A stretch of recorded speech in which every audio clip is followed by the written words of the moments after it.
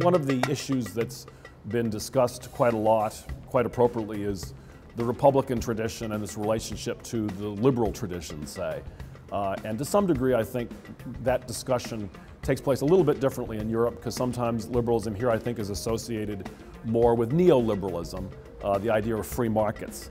In the United States, our liberal tradition is a much more robustly social democratic tradition, in a way, of emphasizing the positive role of the state in securing a fair distribution of resources in society, protecting people's basic liberties, including freedom of speech, freedom of association, freedom of the press, freedom to choose your own course in life, your own religious beliefs, and so on, but also making sure of a fair distribution of social resources that would be associated in the European context with social democracy.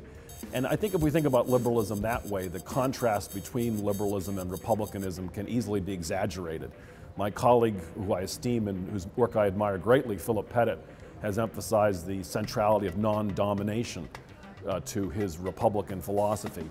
But it seems to me that we could see Rawls's principles of justice as a recipe for non-domination, insofar as the robust protections for freedom of speech, fair distribution of social resources are institutionalized in public policy in the way that Rawls would recommend.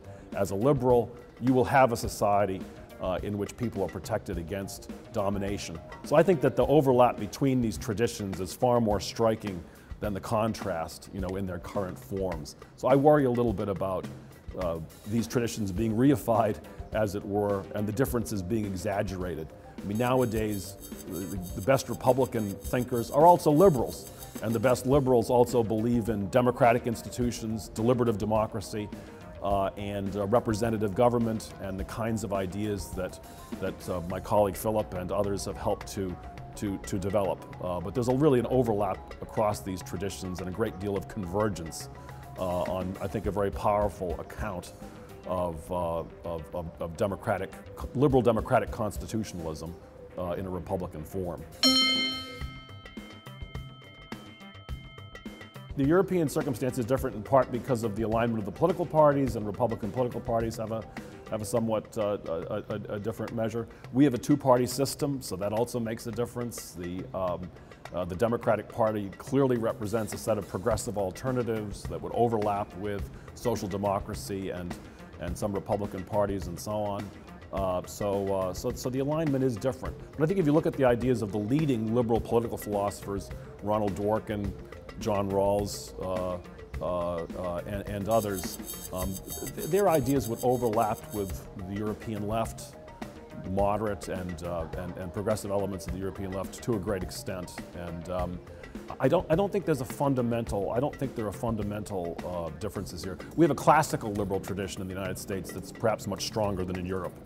And when people focus on liberalism in the United States, they clearly mean progressive liberalism, Rawls and so on.